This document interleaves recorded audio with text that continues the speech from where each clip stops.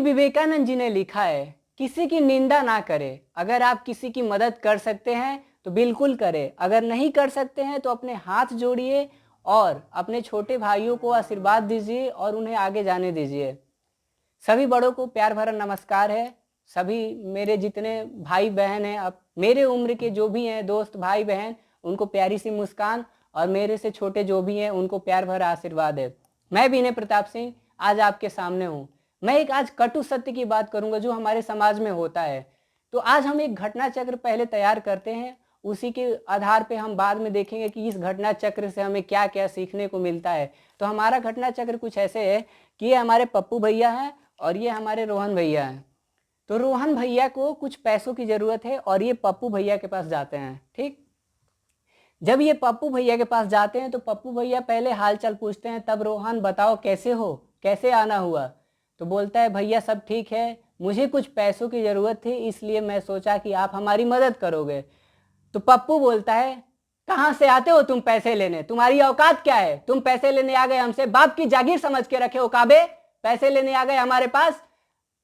रोहन को बहुत दुख होता है, वो वहां से चला जाता है। फिर वो अपने दूसरे दोस्त के पास जाता है जिसका नाम सोहन था। ये हमारा सोहन जो कि थोड़ा दिल वाला है। तो ये रोहन सोहन के पास जाता है और बोलता है कि भाई मुझे कुछ पैसे चाहिए, ऐसी ऐसी बात है। तो सोहन बोलता है कि भाई मैं तुम्हारी मदद कर दूंगा, लेकिन तुम जितना बोल रहे हो उतना मैं नहीं दे पाऊंगा, लेकिन मैं तुम्हारी मदद बिल्कुल करूंगा। तो ये घटना यहाँ पे खत्म होता है। अब दूसरी घटना लेते हैं, पप्पू भैया को ही ले लेते हैं क्योंकि इनका कैरेक्टर थोड़ा ढीला सा है।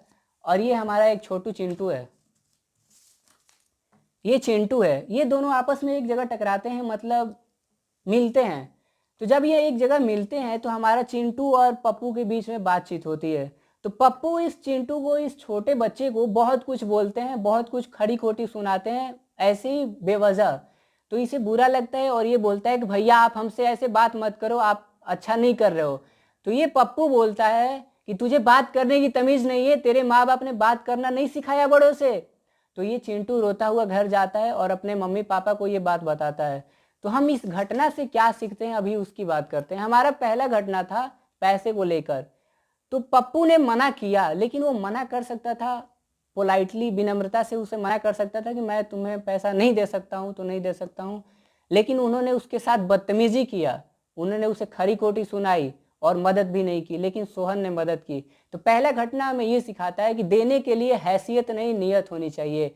और चाहे इंसान कोई भी हो, छोटा हो या बड़ा हो, उदारता उसके प्रति होनी चाहिए। दूसरा घटना ये सिखाता है कि अगर हमारे तकरार में जब हम किसी से भिड़ते हैं तो उस झगड़े में हमें अपने तक ही रखना चाहिए, अपने माँ बाप को या उसके सामने वाले को, माँ बाप को नहीं घसीटना चाहिए। आप ये आरोप नहीं लगा सकते हो कि सामने वाले के माँ बाप ने अच्छे से परवरिश नहीं की।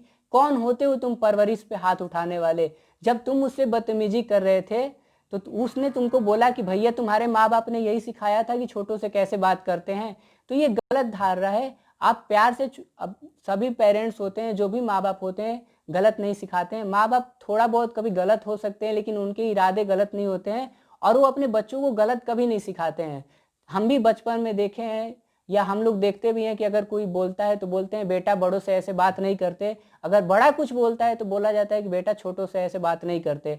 तो माँ बाप कभी कोई कमी नहीं छोड़ते हैं। जो सीखते हैं, जो गलतियां हम करते हैं वो हमारी होती है और जिसकी वजह से माँ बाप को सुनना पड़ता है।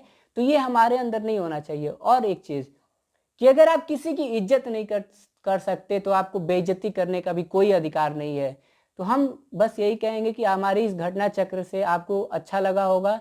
बस जरूरत है तो इन छोटी चीजों को, उदारता को, विनम्रता को, सामने वाले की इज्जत करना, देने की हैसियत रखना, छोटा सहायता करना, क्योंकि आपकी सहायता करने से ना वो बड़ा हो जाएगा ना आप छोटे हो जाओगे। तो सहायता करते रहना चाहिए, आगे बढ़ते रहना चाहिए, क्योंकि जब हम सब साथ मिल के चलेंगे तो हमारा विकास अच्छा खासा होगा। हम परिवार की तरह रहेंगे, खुश रहेंगे। तो इस घटना चक्र से मैं बस ये बताना चाहता था कि हमारे दिल में उदारता, विनम्रता होनी चाहिए, प्यार होना चाहिए दूसरों के लिए। धन्यवाद, उम्मीद है कि अच्छा लगेगा।